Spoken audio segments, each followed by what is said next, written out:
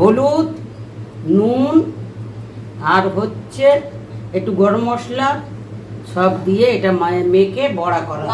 এটা নরম হবে। একটু চালের গুঁড়িও দেবে তো পরে? হ্যাঁ, তারপরে চালের গুঁড়ি, বেসন। এটা ভাজার আগে, তাই তো? হ্যাঁ। এখন কতক্ষণ মাখিয়ে রাখবে? এই তো একটু মজুদ। আচ্ছা, বেসন দিচ্ছি, এই চালের গুঁড়ি দিলাম, আর এইটা একসাথে মাখবে, তাই তো?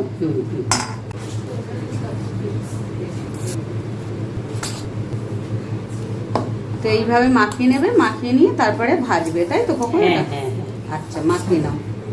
তো এখানে দেখো ভাজা বসিয়ে দিয়েছে, 3টে ছাড়া হয়ে গেছে। আর মা জানিই না যে আমি তোমাদেরকে দেখাবো ভাজাটা, বলছে ভাজাটা দেখাবে। এই দেখো আমি আর মা আজকের আমি একটু সাজুগুজু করেছি, ভিডিও বানাচ্ছিলাম।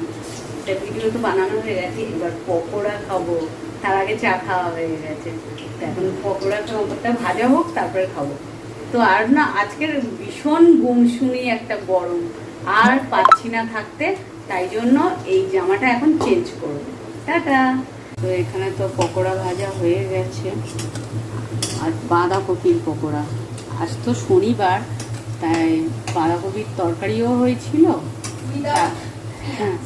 হ্যাঁ, আর মা এই বাঁধাকপি তুলে রেখেছিল যে এই পকোড়া বানাবে বলে, তাই জন্য এই ভাজা করলো।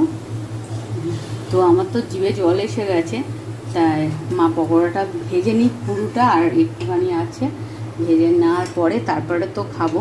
তার আগে দেখো সন্ধ্যা হয়ে এসেছে, তাই এখন সন্ধে দেবো, ঠাকুরকে খেতে দেবো।